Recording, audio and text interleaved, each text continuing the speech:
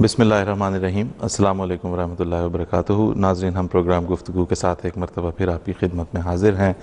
اس programme میں ہم اپنے اسٹوڈیو میں دعوت دیتے ہیں ایک مہمان کو جو ہمیں تاریخ کے حوالے سے، عموماً جماعت احمدیہ کی تاریخ کے حوالے سے اور دوسرے اس کے ساتھ جو وابستہ دوسرے پہلو ہوتے ہیں ان سے متعلق گفتگو کرتے ہیں ہم اپنے مہمانوں کے ساتھ۔ پچھلے کچھ پروگرامز میں آپ نے دیکھا اور سنا کہ ہم نے گفتگو کی، چودھری حمید اللہ صاحب ہمارے مہمان تھے اس پروگرام میں، اور ہم نے حضرت خلیفۃ المسیح الرابع رحمہ اللہ تعالیٰ کی ہجرت سے متعلق ہم نے بات چیت کی، اور اس پہ ہم نے دیکھا کہ کس طرح اس ہجرت کے بعد جو اس وقت بظاہر نامساعد نظر آنے والے حالات تھے، ان کے نتیجے میں کس طرح اللہ تعالیٰ نے اپنے وعدوں کے مطابق جماعت کو ترقیات کی نئی منازل سے روشناس کروایا۔ تو اس ہجرت کا جب ذکر ہوا ہے تو اس میں ایک بڑا کلیدی کردار اس آرڈیننس 20 نے ادا کیا تھا، بدنام زمانہ آرڈیننس 20 نے، جس کے نتیجے میں پھر حالات ایسے ہوئے کہ جماعت احمدیہ خود کو نان مسلم تو خیر قرار دے ہی چکے تھے آئینی طور پہ، لیکن جماعت احمدیہ سے تعلق رکھنے والے لوگوں کے لیے، احمدیوں کے لیے یہ ممکن نہ رہا کہ وہ بطور مسلمان کے کوئی بھی ایسا ایکٹ کر سکتے جو مسلمانوں کے کسی ایکٹ سے مشابہ نظر آتا۔ اسی وجہ سے امام جماعت احمدیہ عالمگیر کے لیے بھی ممکن نہ رہا کہ وہ پاکستان جیسے ملک میں جہاں وہ آرڈیننس نافذ تھا وہاں پہ رہ کے جو ہے وہ اپنے جماعت کی رہنمائی کر سکیں، مؤثر انداز میں کر سکیں، لہٰذا اس کے نتیجے میں ہجرت جو ہے وہ عمل میں آئی۔ آج ہمارے ساتھ اسٹوڈیو میں تشریف رکھتے ہیں مقرر محترم مجیب الرحمان صاحب، کسی تعارف کے محتاج نہیں ہیں۔ مجیب الرحمان صاحب سے آج ہم اسی گفتگو کو کنٹینیو کرتے ہوئے ہم یہ دیکھیں گے کہ وہ آرڈیننس جس نے کلیدی کردار ادا کیا ہے اور جس کی وجہ سے پاکستان میں احمدیوں کی پرسیکیوشن جو ہے وہ اسٹیٹ بیکڈ ہو گئی، مطلب واضح طور پہ علی الاعلان، اس آرڈیننس کو پھر وفاقی شرعی عدالت میں چیلنج بھی کیا جماعت احمدیہ نے۔ مجیب الرحمان صاحب کو کیس پریزنٹ کرنے کے اللہ تعالیٰ نے توفیق دی۔ تو ہم آج جو گفتگو کریں گے اس میں ہم سب سے پہلے مجیب الرحمان صاحب سے یہ پوچھنا چاہیں گے، اس سے پہلے کہ ہم وفاقی شرعی عدالت کی کارروائی کی تفصیلات میں جائیں، کہ یہ آرڈیننس 20 جسے ہم کہتے ہیں، یہ اگر آپ ہمیں بتائیں کہ یہ آرڈیننس 20 تھا کیا؟ جزاک اللہ باسط صاحب۔ اصل میں بات یہ ہے کہ اس آرڈیننس 20 کو سمجھنے کے لیے ہمیں تھوڑا سا پیچھے جانا پڑے گا۔ بہت بنیادی اقدام کیا ذوالفقار علی بھٹو نے جب 1974 کی ترمیم کے ذریعے سے احمدیوں کو قانون اور آئین کی اغراض سے غیر مسلم قرار دے دیا۔ بہت بنیادی بات تھی اور دنیا کی تاریخ میں اس کی مثال ملتی نہیں ہے۔ وہ فیصلہ جو تھا وہ آئینی اعتبار سے بھی بہت غلط تھا اور قرآن و سنت کے اعتبار سے بھی بہت غلط تھا، لیکن وہ فیصلہ ہو گیا۔ اس فیصلے میں جو ترمیم انہوں نے کی وہ یہ تھی، میں نے اپنے الفاظ میں بیان کرتا ہوں، قانون کے الفاظ میں بیان نہیں کرتا، ورنہ وہ الفاظ یہ تھے، الفاظ ہی بیان کر دیتا ہوں کہ any person who does not believe in the absolute and unqualified finality of the prophethood of Muhammad, peace be upon him, etc., shall not be Muslim for the purposes of law and constitution۔ تو اس نے صرف یہ قرار دے دیا کہ جی جو لوگ یعنی ایک مخصوص معنوں میں یا غیر مشروط اور مطلق طور پر رسول کریم صلی اللہ علیہ وسلم کو آخری نبی نہیں مانتے، وہ قانون کی اغراض سے مسلمان نہیں ہوں گے۔ غلط فیصلہ تھا، بہت تکلیف ہوئی ہمیں، لیکن حضرت خلیفۃ المسیح ثالث کی رہنمائی میں اللہ تعالیٰ نے ہمیں توفیق دی۔ ایک ہم نے نہایت مومنانہ صبر کا مظاہرہ کیا۔ ہم نے کہا اچھا بھائی، پہلے ہمیں مولوی کہتے تھے کہ کافر ہے، اب اسمبلی نے کہہ دیا کافر ہے، میں اور میرا خدا کا تعلق میں جانوں، میرا خدا جانے، میرے دل سے کوئی محمد رسول اللہ صلی اللہ علیہ وسلم کی محبت نوچ کے باہر نہیں نکال سکتا، میرے ایمان کو کوئی میرے دل سے نہیں نکال سکتا، تو ٹھیک ہے، قانون مجھے نہیں مسلمان سمجھتا، نہ سمجھے۔ اس تعریف کی روح سے کوئی ایسی پابندی جماعت کے اوپر یا کسی احمدی کے اوپر نہیں تھی کہ وہ اپنے آپ کو مسلمان نہ کہہ سکے یا اسلامی عبادات کو نہ لا بجا سکے۔ صرف اتنی بات تھی کہ بھی ہم قانوناً آپ کو مسلمان نہیں سمجھتے۔ تو ہم نے سمجھا کہ اچھا بھائی، میرے خدا کا تعلق ہے، ہم نمازیں پڑھتے رہیں گے، خدا کے ساتھ اپنا تعلق جتنا ہم استوار کر سکتے ہیں اپنی توفیق کے مطابق، اپنے ظرف کے مطابق خدا سے تعلق استوار رکھیں گے۔ اسلام ہمارا مذہب ہے، اسلام پر ہم قائم ہیں۔ لیکن اس کے اندر خدشات تھے موجود۔ چودھری ظفر اللہ خان صاحب نے اس وقت ایک نوٹ لکھا، میرا دین، وہ بڑا جامع نوٹ تھا، وہ چودھری صاحب کی جو گہری نظر تھی، انہوں نے دیکھا کہ اس کے اندر کیا کیا شرارتیں مخفی ہیں اور کیا کیا شرارتیں پیدا ہو سکتی۔ تو اگرچہ اس میں قانون میں ترمیم میں کوئی ایسے الفاظ نہیں تھے، لیکن کچھ عرصے بعد ایسا ہوا کہ مولویوں نے یہ کہنا شروع کر دیا، لو جی ہم نے ان کو غیر مسلم قرار دے دیا، یہ ویسے کہ ویسے دندناتے پھرتے ہیں، مسلمان ہیں، نمازیں بھی پڑھ رہے ہیں، اذانیں بھی دے رہے ہیں، دنیا کو نظر تو نہیں آتا کہ یہ کوئی مسلمانوں سے الگ چیز ہے، جو امر واقعہ بھی یہی تھی۔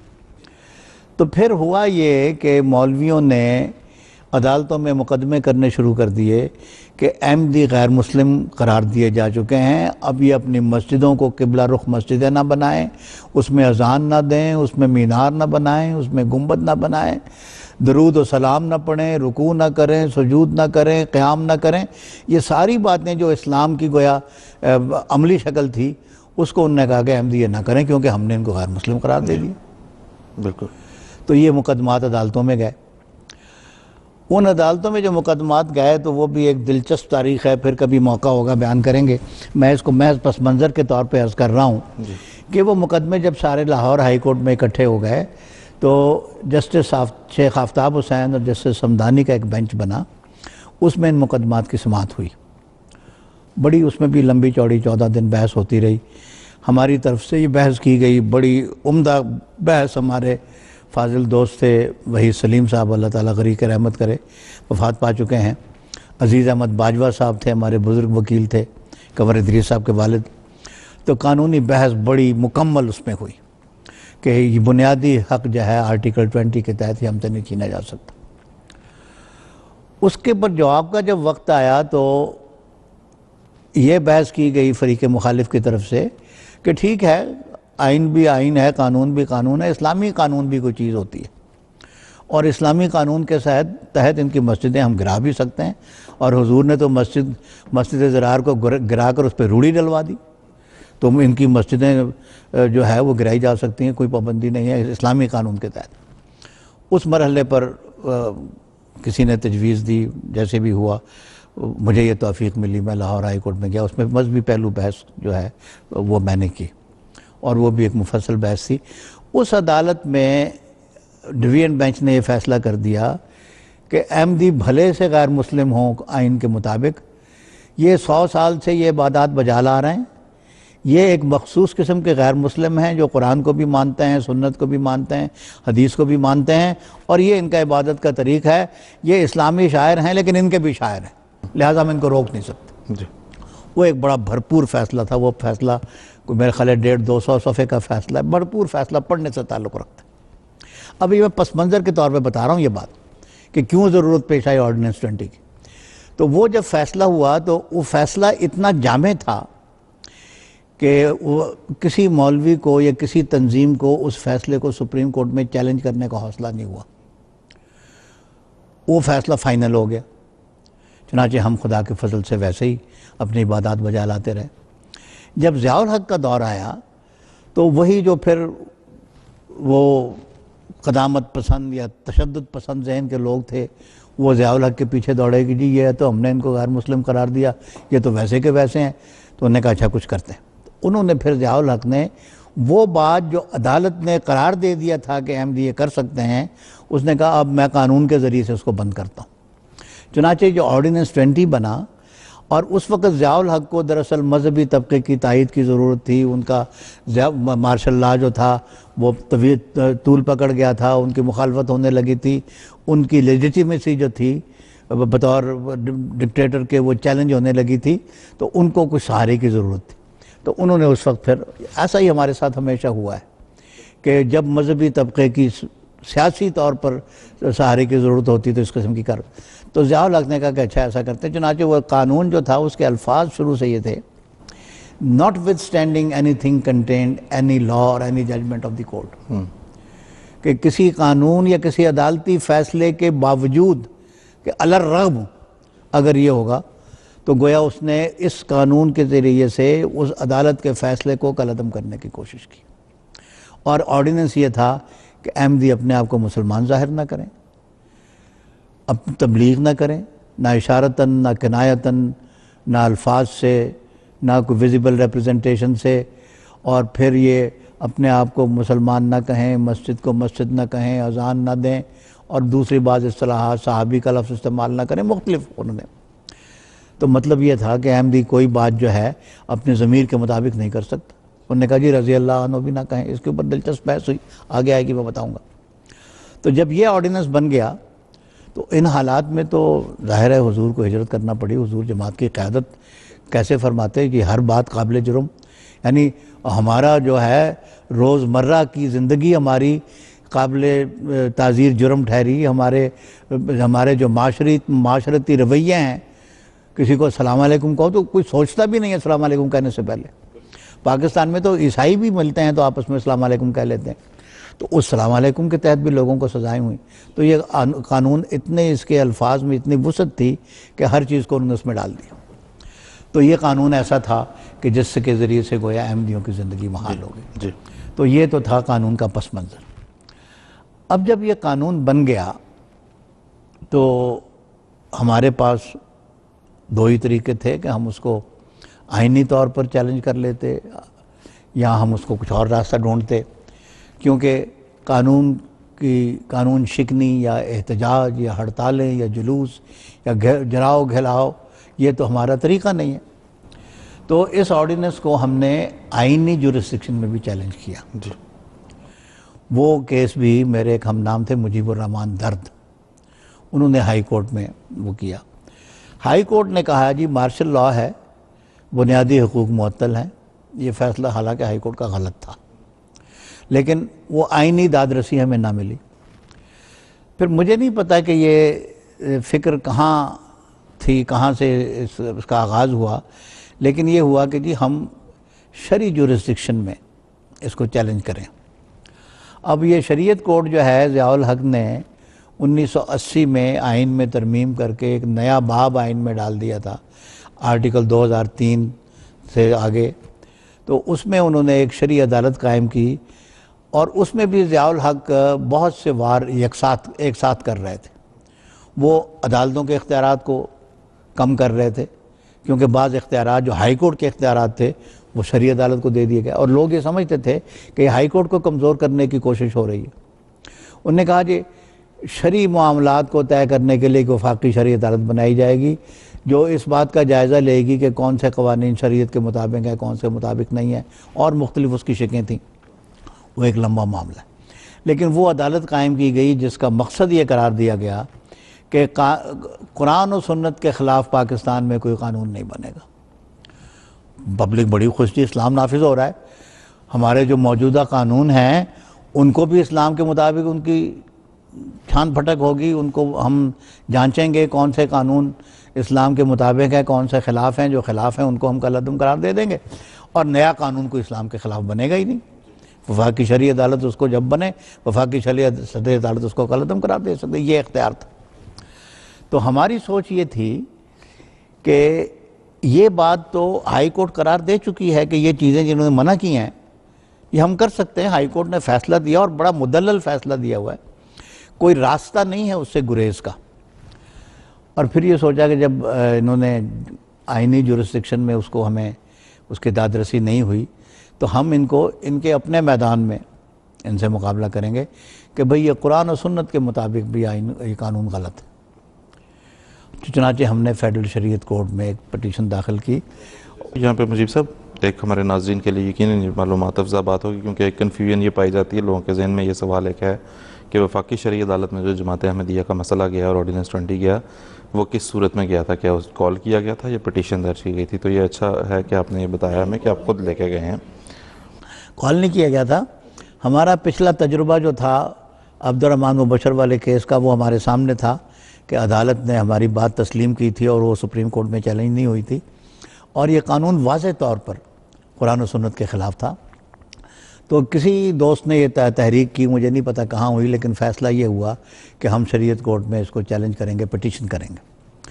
پھر جب فیصلہ ہوا تو یہ فیصلہ ہوا کہ میں یعنی مجیب الرحمان اس کو پٹیشن کو تیار کریں اور وہی اس پٹیشن کو پیش کریں. جب ہم وہ تیار کرنے بیٹھے, بہت سے دوست شامل ہوئے اس میں.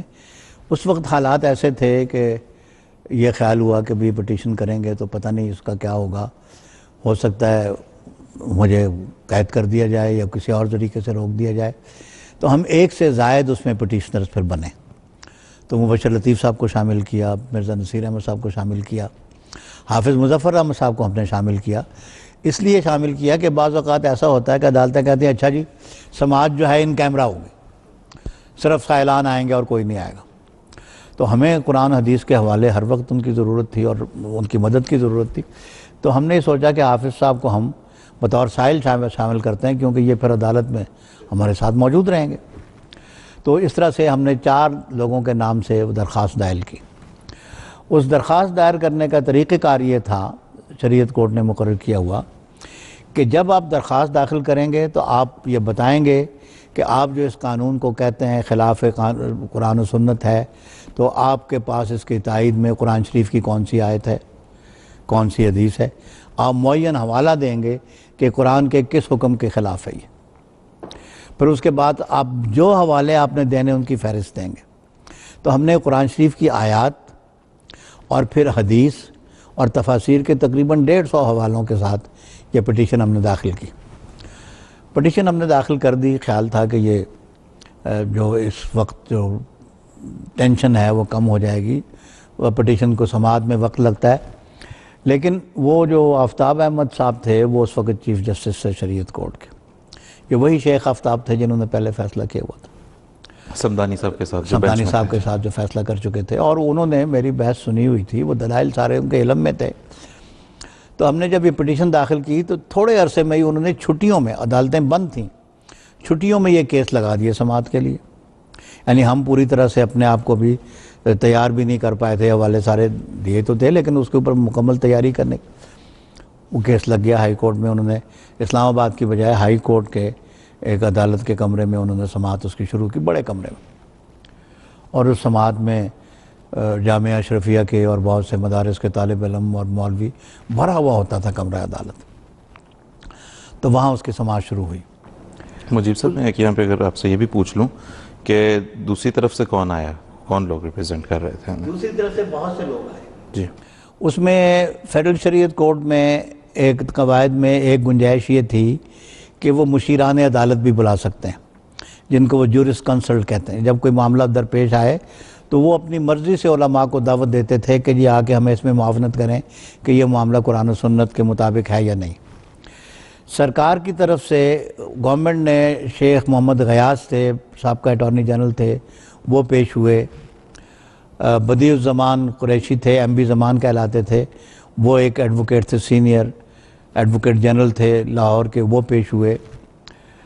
اور وفاقی شرعی عدالت نے اپنا ایک اٹارنی جنرل مقرر کیا ہوا تھا، ریاض الحسن گیلانی. ریاض الحسن گیلانی جو ہیں وہ سعودی عرب کے پڑھے ہوئے تھے، وہاں کی ڈگری وغیرہ تھی، ڈاکٹریٹ وہاں سے لی ہوئی تھی، وہ اسلامی علوم میں ان کا خاصی دسترس تھی. یہ تو تھے وکیل جو پیش ہوئے. عدالت نے، وہ تفصیلات میں جب میں آؤں گا تو بتاؤں گا، عدالت نے بطور مشیران عدالت دعوت دی. ایک طاہر القادری صاحب آئے، یہ نظریاتی کونسل کی طرف سے آئے تھے، اسلامی نظریاتی مشیر عدالت کے طور پر آئے. نظریاتی کونسل کی طرف سے کوئی وکیل ایز سچ نہیں آیا. طاہر القادری صاحب آئے، اور ایک قاضی مجیب الرحمان ہوتے تھے، پشاور یونیورسٹی میں اسلامیات کے پروفیسر تھے، ڈاکٹر قاضی مجیب الرحمان، ان کو دعوت دی گئی، وہ آئے. ایک مولوی صدر الدین صاحب تھے راولپنڈی کے، وہ آئے. ایک کوئی شیعہ عالم بھی تھے، محمد یوسف نام تھا، یہ کیا تھا. کچھ لوگ از خود انہوں نے آ کے کہا جی ہم بھی، تو علماء وہاں پر آئے.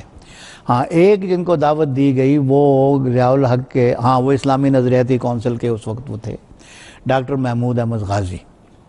ڈاکٹر محمود غازی جو ہیں وہ اچھا مطالعہ ان کا ہے اور وہ اسلامی علوم میں ان کی خاصی دسترس ہے.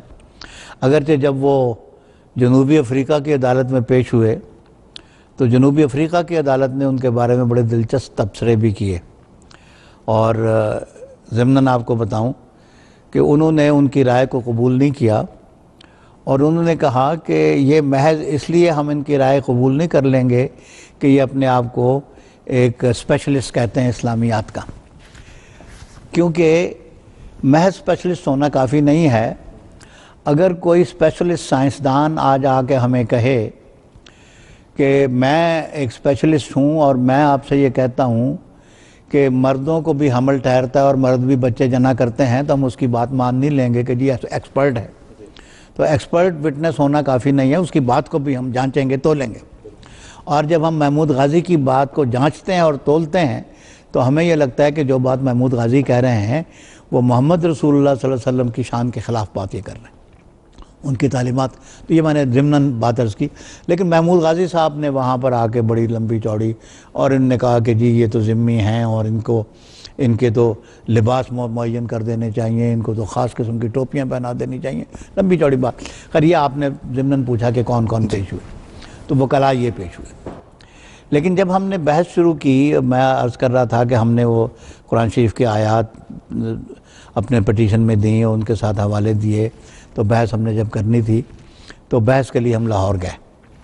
تو لاہور میں ہم سارے تھے، ہمارے ساتھ علماء کی ٹیم بھی تھی، لائبریری سے. اور یہ جب ہم نے خدا کے فضل سے جب یہ بحث ہو رہی تھی، ہم نے اپنی لائبریری استعمال کی، ہم نے اسلامی یونیورسٹی اسلام آباد کی لائبریری استعمال کی، ہم نے شاہی مسجد لاہور کی لائبریری استعمال کی. بعض بڑے نایاب حوالے تھے جو ہم نے ان جگہوں سے تلاش کیا. تو عدالت پر اس بات کا بڑا اثر تھا کہ انہوں نے ریسرچ بڑی مکمل کی ہے. تو خدا کے فضل سے وہ پھر ہم نے جب پیش کرنا شروع کیا تو یہ بات، اگلی بات یہ ہے کہ وہاں پر ہمارا استدلال کیا تھا، وہاں پر کیا ہوا، کارروائی کیسے ہوئی، کتنے دن ہوئی، وہ بھی ایک دلچسپ کارروائی. تو میں اس کارروائی کی تفصیل سے پہلے چونکہ یہ معاملہ ایک نشست میں تو ختم ہونے والا نہیں لگتا مجھے، میں آپ کو پہلے سرسری ایک جائزہ ساری چیز کا پیش کر دوں. جب ہم نے بحث کی تو اس میں حضرت خلیفۃ المسیح رابع کی ہدایت پر، کیونکہ روزانہ رپورٹ وہاں جاتی تھی، تو حضور نے فرمایا کہ ان سے یہ 6 سوال معین طور پہ ان کے سامنے رکھو. حضور نے 6 سوال لکھوائے جو میں نے معین طور پر ان کے سامنے رکھے. آپ یہ بتائیں کہ جی ہم غیر مسلم ہی صحیح، کیا غیر مسلم پر کو یہ اختیار ہے کہ وہ یہ سمجھے کہ قرآن شریف ایک سچی کتاب ہے اور قابل عمل کتاب ہے اور رسول اللہ صلی اللہ علیہ وسلم ایک سچے نبی ہیں؟ غیر مسلم کو اس بات کی پابندی ہے کہ قرآن شریف کو سچا نہ سمجھے؟ کیا غیر مسلم پر یہ پابندی ہے کہ خدا کی وحدانیت کے اقرار کرے کہ جی میں مسلمان نہیں ہوں پر خدا ایک ہے؟ کیا غیر مسلم پر کوئی اس بات کی پابندی ہے کہ وہ یہ کہے کہ جی میں مسلمان نہیں ہوں لیکن قرآن کی تعلیم میں فلاں فلاں بات مجھے اچھی لگتی، میں اس پر عمل کرنا چاہتا ہوں، اچھا ضابطہ حیات ہے، کوئی پابندی ہے؟ اس طرح سے 6 سوال ہم نے ان کو پیش کیے. اور عدالت نے جو کچھ بھی فیصلے میں لکھا اس کی میں تفصیلات بعد میں دوں گا. عدالت نے معین طور پر 4 سوالوں کے جواب میں کہا کہ ان کا جواب بالکل نفی میں ہے اور ہم ان کے اوپر کوئی پابندی نہیں ہے کسی غیر مسلم کے اوپر. اور گویا ہمارا انہوں نے یہ حق بھی تسلیم کیا کہ ہم خدا کی وحدانیت پہ یقین رکھیں، رسول اللہ کی رسالت پر یقین رکھیں، قرآن کی تعلیمات پر یقین رکھیں، اس کو اپنا ضابطہ حیات تسلیم کریں. ان نے 4 سوالوں کے جواب انہوں نے اس بات میں دیے. گویا ہماری دلائل کو انہوں نے توڑا نہیں، اس کو مانا. پھر اس کے بعد انہوں نے جب مختصر فیصلہ انہوں نے کیا تو انہوں نے اس میں یہ بھی لکھا کہ یہ قانون جو ہے یہ آئین کے تقاضوں کے مطابق ہے، لیکن احمدیوں پر کوئی پابندی نہیں ہے کہ مرزا صاحب کو نبی مانیں، مسیح موعود مانیں، ان کے اوپر ایمان لائیں اور اپنے طریقے پر عبادات بجا لائیں، کوئی پابندی نہیں ہے. تو اس حد تک بھی ہمیں انہوں نے، کیونکہ یہ باتیں ایسی تھیں جس کا ان کے پاس کوئی جواب نہیں تھا، توڑ نہیں تھا ان باتوں کا. اس کے باوجود نے، کیونکہ آئین نے غیر مسلم کہہ دیا، لہٰذا اب وہ آئین نے جو غیر مسلم کہہ دیا ہے وہ جب میں تفصیلی بحث آپ کے سامنے رکھوں گا کہ کیا بحث ہوئی، تو بہرحال عدالت نے یہ فیصلہ کر دیا.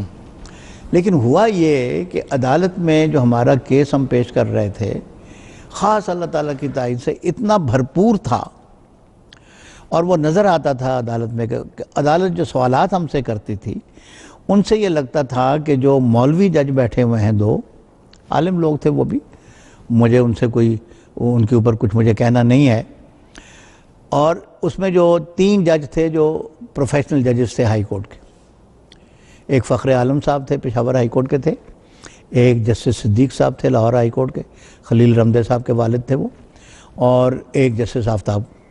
یہ 3 جج تھے.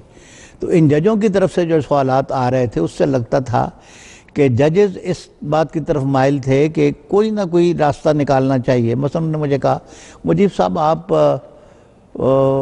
اذان اگر چپکے سے اندر دے لیا کریں تو کیا خیال ہے، آپ لاؤڈ سپیکر نہ لگائیں، میں نے کہا آپ ایسی پابندی اگر لگائیں گے تو ہم اس کے اوپر غور کریں گے، آپ فیصلہ آپ نے کرنا، میں یہ پابندی اپنے اوپر نہیں لگاتا کہ آپ مسجد کو مسجد نہ کہیں، کچھ اور کہہ لیا کریں، اس طرح کی باتیں۔ تو لگتا تھا کہ آپ تبلیغ جو ہے وہ آپ اپنے رسالے چھایا کرتے رہیں، زبانی تبلیغ نہ کیا کریں اس سے اشتعال پر، اس کے بارے میں کیا خیال ہے؟ میں نے کہا یہ فیصلہ آپ کریں گے تو پھر ہم دیکھیں گے، لیکن تو معلوم یہ ہوتا تھا کہ رائے جو ہے علماء کی اور ججز کی آپس میں بٹی ہوئی ہے۔ تو جب یہ مختصر فیصلہ آیا تو اس پہ 5 ججوں نے دستخط کیے۔ معلوم ہوتا ہے کہ ان کے اوپر ذہن کے اوپر کوئی ایسی بات تھی کہ بھئی یہ متفقہ فیصلہ آنا چاہیے۔ تو متفقہ فیصلہ جو انہوں نے کیا اس میں تو یہ باتیں انہوں نے میں الاؤ کی ہوئی تھی، مرزا صاحب کو نبی بھی مانیں، مرزا صاحب کو مسیح موعود بھی مانیں، اور اپنے عبادات بھی بجا لائیں، اپنی عبادات بجا لائیں، تو پھر نماز اس میں شامل تھی، پھر اذان بھی اس میں شامل تھی، اور اس سوالات کے جواب انہوں نے دیے۔ تو لیکن جب تفصیلی فیصلہ آیا تو اس میں 4 ججوں کے دستخط تھے۔ ہوا یہ کہ جو آفتاب صاحب تھے چیف جسٹس، وہ ایک کھلے ذہن کے آدمی تھے، وہ پہلے ایک فیصلہ بھی دے چکے تھے، مجھے نہیں پتا وہ کیا فیصلہ کرتے، شاید وہ بھی ہمارے خلاف ہی فیصلہ کرتے، کچھ اور فیصلہ کرتے، لیکن ان کے فیصلے میں خیال یہ ہے کہ بعض ایسی باتیں وہ لکھنا چاہتے تھے جو دوسرے لوگوں کو قبول نہیں تھی۔ مثلا میں قیاس کرتا ہوں، یہ فیصلے میں نہیں ہے بات، وہ اس خیال کے آدمی تھے کہ مسیح موعود اور مہدی کا عقیدہ جو ہے یہ اقبال کے کہنے کے مطابق مجوسی عقیدہ ہے، اور کوئی مہدی شادی نہیں آنا، کوئی مسیح وسیح نہیں آنا۔ یہ بات دوسرے علماء کو قبول نہیں تھی کہ یہ لکھا جائے فیصلے میں۔ تو قیاس یہ ہے کہ اس طرح کے کچھ اور اختلافات ان کے اندر تھے۔ تو ہوا یہ کہ آفتاب صاحب گئے سعودی عرب میں کسی دورے پر یا کسی ملک میں، تو ان کی غیر حاضری میں ضیاء الحق صاحب نے آئین کو پھر اس میں ترمیم کر دی، اور دیکھیں جی، یہ جو اعلیٰ عدالتوں کے ججز ہوتے ہیں ان کو ایسے ہٹایا نہیں جا سکتا، ان کی جو رائے کی آزادانہ رائے متاثر ہوتی ہے اگر ان کو نوکری سے ہٹانے کا اختیار ہو کسی کو۔ تو انہوں نے یہ ترمیم کر دی کہ کسی عدالت کے کسی جج کو کسی بھی عہدے پر صدر پاکستان مقرر کر سکتے ہیں، اور اگر وہ عہدہ قبول نہ کریں تو ہی shall be deemed to have retired. تو یہ ہٹانے کا طریقہ نکالا۔ جب آفتاب صاحب آئے تو ان کو انہوں نے کہا جی آپ وزارت مذہبی امور کے مشیر کے طور پر آپ کو لگایا۔ انہوں نے کہا جی میری حیثیت کے مطابق نہیں، انہوں نے قبول نہیں کیا، تو وہ ریٹائر ہو گئے۔ اب جب 5 ججوں نے کیس سنا تھا، 5 ججوں نے متفقہ فیصلہ دیا تھا، اس کے اوپر ان کی بحث کیا ہوئی، اختلاف رائے تھا تو کتنا تھا، اتفاق رائے تو کتنا تھا، یہ 5ویں جج کا فیصلہ، اور وہ چیف جسٹس تھے، مین ججمنٹ انہوں نے لکھنا تھا، تو اختلاف کہا تھا یہ سامنے آتا نا، لیکن وہاں جب فیصلہ آیا تو اس میں اس بات کا کوئی اشارہ بھی نہیں تھا کہ 5 ججوں نے سنا ہوا ہے۔ وہ ایسے فیصلہ آ گیا جیسے 4 ججوں نے سنا اور 4 نے ہی فیصلہ کر دی۔ یہ جب ہمارے انٹرنیشنل کمیشن آف جورسٹ والے وہاں پر گئے، انہوں نے یہ کیا تماشا ہے، ویئر از دی 5th جج، واٹ واز ہز اوپینین۔ ہم نے جب اپیل کی سپریم کورٹ میں تو ہم نے یہ لکھا کہ we are entitled to know the opinion of the 5th جج، وہ کہاں ہے، سپریم کورٹ کو بھی پتہ ہونا چاہیے کہ ان کی کوئی رائے نہیں تھی۔ تو وہ فیصلہ اس طرح سے انہوں نے شائع کر دیا۔ تو پتہ یہ لگا، جو بات میں اس وقت ہائی لائٹ کرنا چاہتا ہوں، کہ شریعت کورٹ نے ہمارا کیس رد کر دیا، وہ فیصلہ متفقہ نہیں تھا، ایک جج کا کوئی ڈسینٹ تھا، جو بھی تھا متفقہ نہیں تھا۔ جب ہم اس کو آئینی عدالت میں سپریم کورٹ میں لے گئے، وہاں پر بھی فیصلہ متفقہ نہیں تھا، شفیع الرحمان صاحب کا نوٹ آف ڈسینٹ تھا۔ تو ایک بات میں واضح طور پر اپنے سامعین کے ذہن میں رکھنا چاہتا ہوں کہ ہمارے مقدمات جو تھے آئینی فورم پر بھی اور شرعی فورم پر بھی جب گئے، ہمارا استدلال ایسا تھا کہ ان میں سے جو سینئر ترین جج تھے انہوں نے اس سے اختلاف کیا وہ فیصلے سے، اور اس فیصلے پر دستخط نہیں کیے۔ جو باقی 4 نے یہ دستخط جن لوگوں نے کیے، میجورٹی کی وجہ سے وہ اوپینین ان کی غالب آ گئی۔ وہ میجورٹی کیا تھی وہ اس کا تجزیہ ایک الگ بات ہے، لیکن یہ بات قابل غور ہے کہ ہمارے ان امور کے اوپر اعلیٰ عدالتوں میں اتفاق رائے کسی مرحلے پر نہیں ہوا، سوائے وہ جو ہائی کورٹ میں انہوں نے فیصلہ کر دیا عبدالرحمن مبشر والے کیس میں، جس کی کسی نے اپیل ہی نہیں کی۔ بالکل ٹھیک، بہت تو یہ صورتحال ہمارے اس مقدمے کی، یہ مختصر بات ہے، باقی تفصیلات جو ہیں جیسے جیسے ہم آگے بڑھیں گے۔ بہت شکریہ مجیب الرحمان صاحب۔ تو ناظرین، یہ ہمارے آج کے پروگرام میں آپ نے دیکھا کہ ہم نے پس منظر دیکھا ہے کس طرح سے جو ہے وہ آرڈیننس 20 کے سامنے آنے سے اس کے نتائج کیا نکل رہے تھے اور کیا نکل سکتے تھے جو نظر آ رہا تھا فورسیبل فیوچر میں، اور جو نکلے بھی بعد میں، اور پھر جس طرح سے ہم اسے مجیب الرحمان صاحب نے بھی بتایا کہ ہمارا جو پینل وہاں پہ پیش ہوا ہے، جو پٹیشنرز تھے جماعت احمدیہ کی نمائندگی میں جو کیس لے کے وہاں پر گئے ہیں، اب اس کے جو تفصیل ہے، اس جو احوال ہے اس کا عدالت میں پیش ہونے کا، اور وہاں پہ کیا کارروائی ہوئی، کس طرح سے پیش کیا گیا جماعت احمدیہ کا موقف، اور جو ہے وہ وفاقی شرعی عدالت کا رسپانس کیا تھا، ورڈکٹ کیا تھا، اس کے بارے میں ہم انشاءاللہ تعالیٰ اگلے پروگرام میں گفتگو کریں گے۔ مجیب الرحمان صاحب آپ کا بہت شکریہ۔ ناظرین اجازت دیجیے، السلام علیکم ورحمۃ اللہ وبرکاتہ۔